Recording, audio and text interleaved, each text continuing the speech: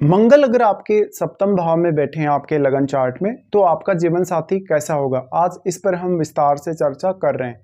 देखिए, मंगल आपके सप्तम भाव में है, तो आपके 12 लग्नों में से आपका कोई भी लगन हो सकता है। और सप्तम भाव में जो आपकी राशि है वो कोई भी हो सकती है। भले ही मंगल अपने घर में स्थित हो सकता है, किसी दूसरे प्लैनेट के घर में स्थित हो सकता है, लेकिन मंगल एक बहुत ही एनर्जेटिक प्लैनेट है। और अगर मंगल अपने खुद के घर में बैठा है, तो आपका पार्टनर उतना ही ज़्यादा एग्रेसिव होगा, आपका पार्टनर गुड लुकिंग होगा।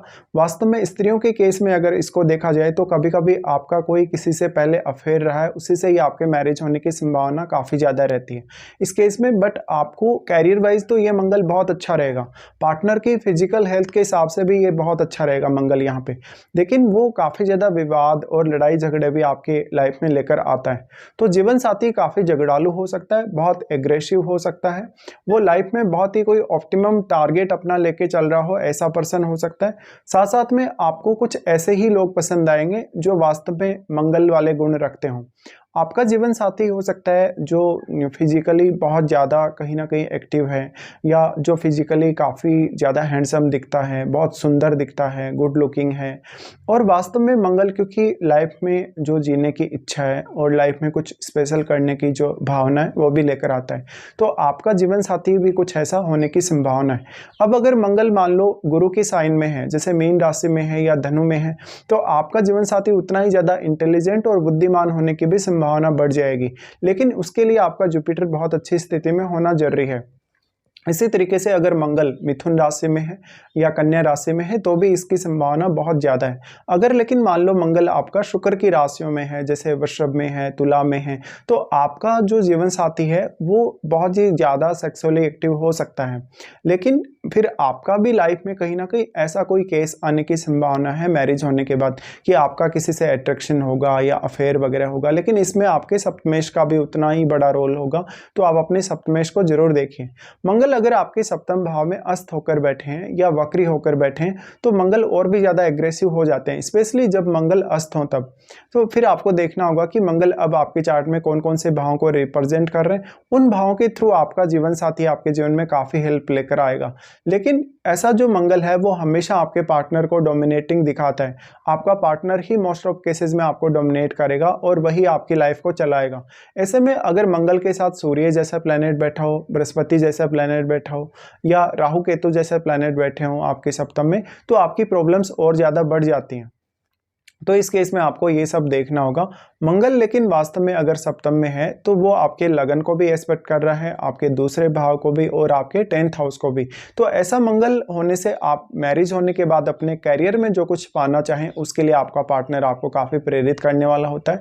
मंगल सप्तम में है तो आपका पार्टनर बहुत ही ज़्यादा साहसी हो सकता है, जो जीवन में आने वाली किसी भी चुनौती के लिए आपको बचाएगा, कहीं ना कहीं प्रोटेक्ट करेगा।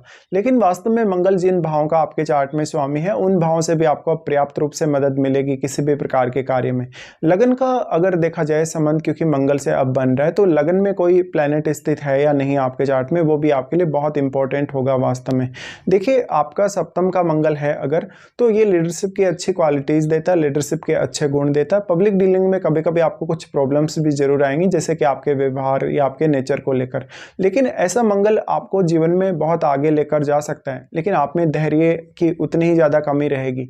तो अब आप अपने रिश्ते को कितने ज़्यादा प्रोटेक्ट कर सकते हो, अपने पार्टनर के साथ कितना ज़्यादा स्मूथली अपना मैरिड लाइफ आप निभा सकते हो, इस पर आपका बहुत कुछ डिपेंड करेगा।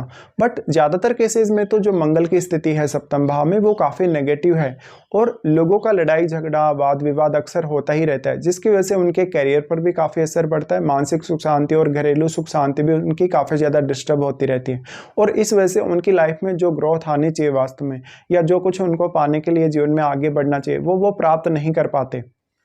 मंगल अगर आपके चार्ट में मान लो अष्टमेश होकर, 6th लॉर्ड होकर, या 12वें भाव का स्वामी या 3rd हाउस का स्वामी होकर बैठा होगा सप्तम में, तो ये काफ़ी ज़्यादा आपको दिक्कतें पैदा करेगा आपके पार्टनर के साथ। अक्सर मंगल जैसा प्लैनेट अगर सूर्य के साथ भी बैठे, अगर राहु केतु जैसे ग्रह के साथ भी बैठे, तो भी इस बात की संभावना बहुत ही ज़्यादा है कि वो आपकी मैरिड लाइफ को काफ़ी डिस्टर्ब करने वाला होगा। स्त्रियों के केस में देखा जाए तो अब इस केस में एक्स्ट्रा अफेयर या रिलेशनशिप होने के चांसेस बहुत ज़्यादा बढ़ जाते हैं, बट पुरुष पुरुषों के केस में ऐसा नहीं होगा। पुरुषों के केस में कहीं ना कहीं फिर आपको शुक्र को देखना होगा और सप्तमेश को भी देखना होगा।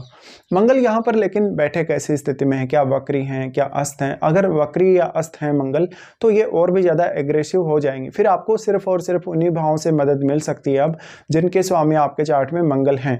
मंगल यहाँ से सबसे पहले आपके 10th हाउस को एस्पेक्ट करते हैं, तो आपके पार्टनर के आने के बाद आप अपने कैरियर वाइज कोई बहुत बड़ा फैसला ले सकते हैं। तो कैरियर वाइज ऐसा मंगल बेहद आपको सपोर्ट करेगा।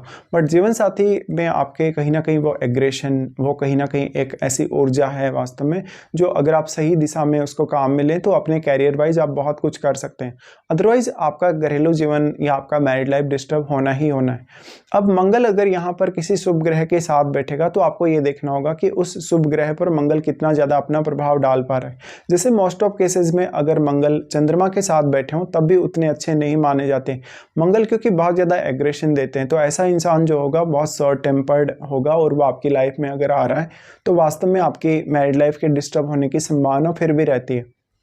मंगल आपके लगन को दृष्टि देगा या लगन को एस्पेक्ट करेगा तो ये आपकी हेल्थ के लिए बहुत अच्छा साबित हो सकता है। आपको हमेशा ऊर्जा देता रहेगा, आपको एग्रेशन देता रहेगा। अब आप अपना सेल्फ कंट्रोल कितना कर पाते हैं। अगर मंगल का संबंध यहाँ राहु से बन जाता है सप्तम में, या मान लो अगर शुक्र से बन जाता है या आपके सप्तमेश से बन जाता है तो एक्स्ट्रा कुछ हद तक कामुकता आप में होने की संभावना है। इसके साथ ही मंगल का जो लगन पर एस्पेक्ट है दूसरों की नज़र में आपको हमेशा अच्छा बनाएगा, आपको काफ़ी एक ऐसा रोल देगा लाइफ में जो रोल वास्तव में कोई अन्य व्यक्ति नहीं निभा सकता।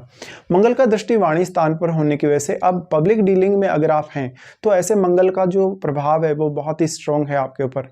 और मान लो अगर आपका मंगल का ही घर है, आपका 2nd हाउस, या मान लो आपका सूर्य का घर है, या मान लो आपका चंद्रमा का घर है, कर्क राशि है आपके 2nd हाउस में, तो इस केस में प्रॉब्लम और भी ज़्यादा बढ़ जाती है आपके व्यवहार को लेके।